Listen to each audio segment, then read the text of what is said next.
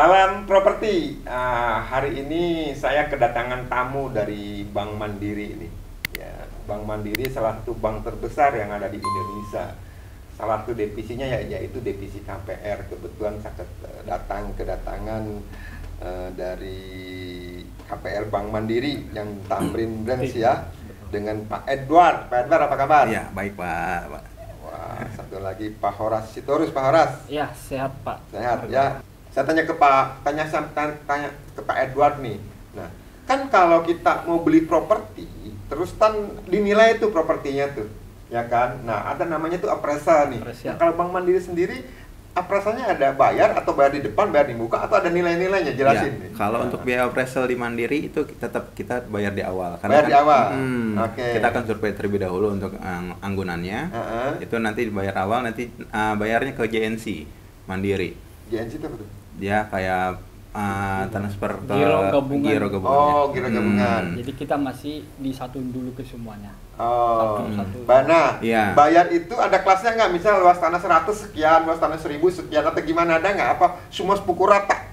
Berapa sih biayanya? Sebutin aja Pak, nggak Ya. apa-apa. Kalau untuk biaya sebenarnya sih untuk ada nomor rekening JNC-nya beda-beda untuk per daerah. Untuk biaya sih 1332. 1.332.000 juta. untuk semua properti. Bukan. Jadi begini Pak. Nah, gimana? perjelas. Kan ada misalnya, maaf nih, kan kalau rumah 200, nah, tapi kalau dia belinya gudang, nah, Iya. gimana tuh? Jadi untuk biaya appraisal itu seperti Pak Margo nanya tadi, memang sih bervariasi. Bervariasi. Betul. Dengan kondisi dilihat juga, kalau dia bangun tanahnya di bawah 500 meter masih 1.330.000. Oh, jadi maksimal 500 ke bawah 1.332.000. Tapi kita lihat dulu dengan kondisi kalau berbicara di Jabodetabek ini ya.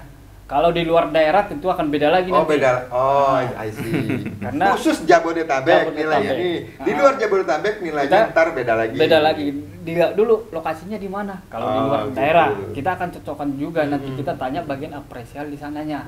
Biasanya sih gitu. Cuma karena kita berbicara di daerah Jabodetabek ini, ya begitu tadi itunya. Kalau di tanahnya di bawah 500 masih 1.332. Itu bayar di awal. Bayar di awal. Dokumen tadi yang sudah lengkap langsung ditransfer ke Bank Mandiri. Ada nomor yang kita nanti berikan ke nasabahnya. Ke nasabahnya. Jadi bukan kita yang bayar, bukan si debitur yang memberikan ke kita duitnya. Si debitur itu sendiri yang bayar sendiri. Buktinya itu dilampirkan ke aplikasinya yang tadi. Baru kita bisa berjalan proses KPR-nya. Jadi syarat tambahan untuk KPR-nya itu harus ada biaya appraisal di awal, ntar langsung diproses untuk semua dokumennya. Nah, jadi terkadang ada kok dibayar di awal, kenapa bayar appraisal? Memang betul dibayar di appraisal, karena kita pakai pihak ketiga, independen. Jadi itu ibaratnya dibebankan ke customer, gitu. Terus apa kelebihannya itu kalau itu duit bisa hilang? Atau bakalan disetujuin kalau sudah saya bayar itu? Gini. Itu kan 500, di atas 500 beda lagi. Beda lagi. Jadi di atas 500 itu 1,6. Oke. Makanya kalau mau jelas ke KPR, makanya pakai KPR Bank Mandiri ya. Betul. Nah, coba apa tadi yang dijelasin apa gimana? Itu untuk biaya appraisalnya maksudnya? Enggak, gini. Kan sorry, gimana kalau nggak jadi? Kan gua udah bayar nih, jadi. Itu nggak jadi, itu gimana? Gimana ini? Gue gitu, gimana? Untuk biaya apresial, seperti yang saya infoin tadi, memang harus bayar di awal. Dan itu bukan jaminan bakalan disetujuin KPR-nya. Itu duit tidak bisa kembali. Oke. Kenapa tidak bisa kembali? Ya itu seperti yang saya infoin tadi, karena kita pakai pihak ketiga independen untuk apresial pihak. Apresial itu adalah untuk penilaian rumah yang mau dibeli dengan kondisi pasar berapa akan dinilai dengan kondisi pasar saat ini. Itu duit tidak bisa kembali. Tapi kalau si debitur mau minta hasil apresialnya, kita berikan, bisa kita berikan karena dia sudah bayar. Gini. Pengalaman Anda berdua nih, Pak Edwin sama Pak Horas nih, kan dari 100 orang pengajukan aplikasi dari 50 orang aplikasi kan ada namanya tuh hukum Pareto. Artinya nggak semua di-approve. Ada yang nggak disetujui. Biasanya nih yang nonton juga nih, yang disetujui itu seperti apa sih pengalaman nih? Coba cerita, mungkin keuangannya atau bisa aja dari faktor sorry nih ya, obyeknya nih. Ya kan, ternyata ada pemotongan jalan, dinilainya seharusnya 1 miliar, ternyata cuma 500 juta. Keuangannya bagus, tapi obyeknya enggak. Nah, coba cerita, mungkin ada pengalaman nih. Jadi yang nonton juga paham nih. Ada punya pengalaman? Iya, kalau untuk pengalaman di saya sih, selama proses yang penting awalnya itu jujur untuk namanya BI checking. BI checking? Iya. Oh, BI checking dulu. Kita harus tanya dulu untuk dia punya utang di mana, misalnya di bank lain atau apa, harus di ini dulu, kita gali di depan dulu lah. Takutnya nanti nggak digali di depan, tiba-tiba langsung proses kan, kalau misalnya nggak setuju kan juga nggak enak juga si nasabahnya. BI checking dulu ya. Kalau BI checkingnya misalnya maaf nih kurang-kurang bagus, tetap appraisal ditarik dulu apa belakangan? Tetap, kalau untuk appraisal tetap di awal. Oh, di awal tetap. Jadi harus jujur di awal. Kalau misalnya kita udah gali ternyata misalnya ada utang di mana, atau pernah telat di mana, itu tetap hilang untuk appraisalnya. Oh, tetap hilang ya.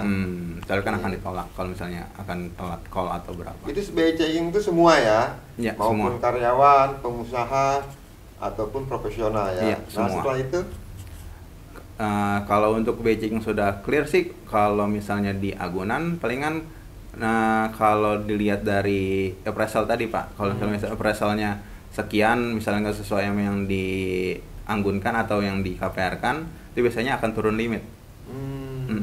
Kalau turun limit ini, nasabah harus bersedia, kalau misalnya tetap mau dilanjutkan, harus bersedia untuk nambah untuk DP lah jatuhnya. Yang ditutup itu misalnya harga rumahnya 1M. 1M. Iya. Terus setuju. yang di appraisal misalnya 800. Itu harus nambah ke sana. Ini gini. Ini mungkin sebagian nggak tahu ya. Jadi kalau misalnya kita transaksi nih jual beli dengan si pemilik harganya 1 miliar, terus si pembeli nih ngajukan KPR nih ke bank kalau dia karyawan. Bahkan akan nilai itu properti. Nah, ternyata properti itu penilaian dari bank tuh 800 juta. Nah, itu dapat fee 800 juta atau berapa persennya dari 800 juta supaya mereka tahu nih. Kalau untuk appraisal, jadi saya tambahin punya teman saya. Yang pertama tadi mengenai bisa disetujui enggak, kenapa ditolak? Gitu ya. Pertama sih sebelum pada saat kita ketemu dengan si nasabah, kita misalnya ada ya komunikasi dengan si nasabah, kejujuran nasabah juga, sambil kita hitung-hitung nih dengan income sekian bisa dapat berapa gitu. Itu yang pertama sih. Jadi kalau memang si debitur, oh saya punya pinjaman bla bla bla, kita hitung dengan income-nya. Kalau dia memang dia joining single income nggak mau memungkinkan, kita arahkan ke join income. Kalau dia si spouse-nya bekerja. Kalau dia memang biasanya sih kita arahkan kayak begitu. Terus baru kita masuk. Kenapa bisa ditolak itu rata-rata karena bisa ditolak itu BI checking-nya kurang bagus. BI checking. Iya. BI checking kurang bagus. Maksudnya nggak bagus ini bagaimana? Kan nggak macet, lancar. Betul, nggak macet, lancar. Tapi kita ada namanya DBR, debt ratio income dia. Ternyata contoh nih, income-nya 10 juta. Kita bisa ambil dari 10 juta ini 60%. Untuk kewajiban KPR ini. Termasuk 10 juta 60%. Iya, 6 juta ya? 6 juta DBR-nya. Termasuk kewajiban-kewajiban yang lain kalau ada. Contoh punya motor cicilan 1 juta. Kan tadi 6 juta tadi kan, berarti udah berkurang nih. 1 juta berarti 5 juta. Yang lain-lain nggak ada katanya. Oke, berarti maksimal untuk pengajuan KPR-nya ini maksimal cicilannya 5 juta. Kira-kira di angka berapa baru nanti kita bisa ini. Itu biasanya sih. Nah, terus BI checking. Tapi ada call nih. Kondisi-kondisi call-nya. Oh, berapa gitu ya? Call berapa nih? Nah, kalau dia call 5 kartu kredit, masih bisa kita eksepsi maksimal tagihan 5 juta. Umpamanya di bawah 5 juta nih. Kartu X, kartu kredit. Udah call 5, tagihannya 3 juta. Masih bisa kita eksepsi asal dia melunaskan. Jadi biasanya kan umumnya ditolak karena kol 5. Kol 5-nya apa dulu nih? Umumnya begitu. Cuma karena kol 5 katanya kan. Itu kalau dia kartu kredit masih bisa kita eksepsi. Artinya masih bisa kemungkinan untuk disetujui. Cuma tadi tinggal pertimbangan yang lain-lain itu tadi. Tapi kalau dia di luar kartu kredit, udah pasti nggak bisa. Di luar kartu kredit contohnya apa? Contoh punya pinjaman mobil, batu kurang lancar, atau punya atau sekarang pinjaman online Pak lebih ininya. Sekarang yang lagi populer di masyarakat itu kalau yang sudah kita lihat selama ini yang beberapa tahun belakangan ini kan sekarang lagi menjamur di kartu kredit pinjaman online itu yang pinjol iya. Itu jadi hati-hati kalau minjam pinjol. Kalau ada rencana untuk pengajuan KPR atau khusus pengajuan KPR, hati-hati untuk pengajuan pinjol. Akan berdampak ke depannya kalau kita ada kemacetan segala macam gitu. Gitu dia sih ya. Pertanyaan saya tadi nih belum dijawab nih. Kalau nilai 1 miliar plus 800 juta, Bank Mandiri kasihnya berapa? 800 atau berapa persen dari 800? Itu tadi untuk pertanyaan Bapak ini bukan sekarang DP 0%. Betul. Kita berbicara di sini tadi kan KPR secondary. Artinya secondary kalau dia KPR pertama minimal DP 10%. Artinya, DP 10. KPR pertama maksudnya gimana? Saya kan udah punya rumah nih. Ya. Tapi kita lihat KPR pertama itu maksudnya walaupun dia sudah punya rumah, kalau sudah lunas tetap dihitung KPR pertama. Jadi yang KPR kedua kalau dibilang kondisi KPR-nya masih sedang berjalan di bank lain. Saya udah punya rumah 3, tapi udah lunas, nggak di bank lagi, udah lama. Sertifikat udah saya simpan semua. Yang penting dia udah nggak punya tindakan lain. Iya, nggak ada. Itu rumah ya. Kalau dia punya mobil beda lagi. Kan ada cicilan mobil juga. Rumah. Kita kan berbicara rumah yang untuk KPR-nya ini untuk mengenai DP tadi. Yaitu minimal DP 10%. Ternyata hasil apresialnya 800. Kondisi-kondisi itu kita lihat dulu nih dari hasil apresialnya nih. Kenapa ini? Apakah karena kena GSB yang tanahnya tadinya kepotong? Tentu kan berkurang juga harganya. Ya kita itu ya. Siap. Iya. Jelas ya. Oke, ini banyak nih kalau saya mau tanya-tanya, tapi enggak lah. Saya nih kebetulan Bank Mandiri datang ke sini. Pertanyaan saya simpel nih, silakan dijawab berdua. Kenapa sih orang harus ngambil KPR pakai Bank Mandiri? Apa sih alasannya? Ayo. Ya, tentu kami berharap dengan Bapak Ibu memilih Bank Mandiri, salah satunya bank terpercaya, bank pemerintah punya. Artinya dari segi keamanan udah jelas lebih aman. Satu, punya aset terbesar. Bank Mandiri punya aset terbesar. Mulai lanjut. Apalagi kelebihannya?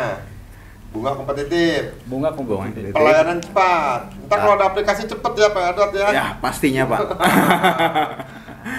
Dan tenornya juga lumayan panjang nih. Bisa 20 tahun 20 ya? 20 tahun. 20 tahun. Buat yang masih muda-muda. Tapi bunga yang tadi dibilang bunganya tuh 5 tahun, ntar 5 tahun ke sana ke atas floating.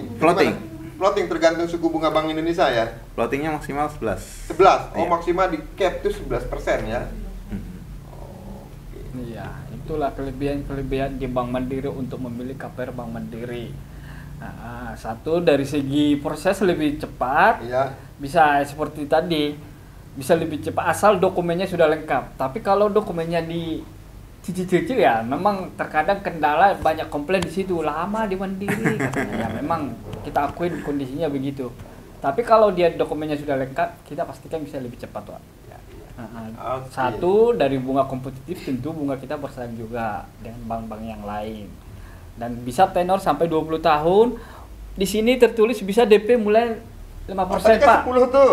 Bisa juga 5 ya. Betul. Misalnya gini, nilai apresialnya 1M, transaksi 1 miliar. Dia cuma hanya bayar 50 juta doang ya. Kan 95 di backup kali. Bener nggak?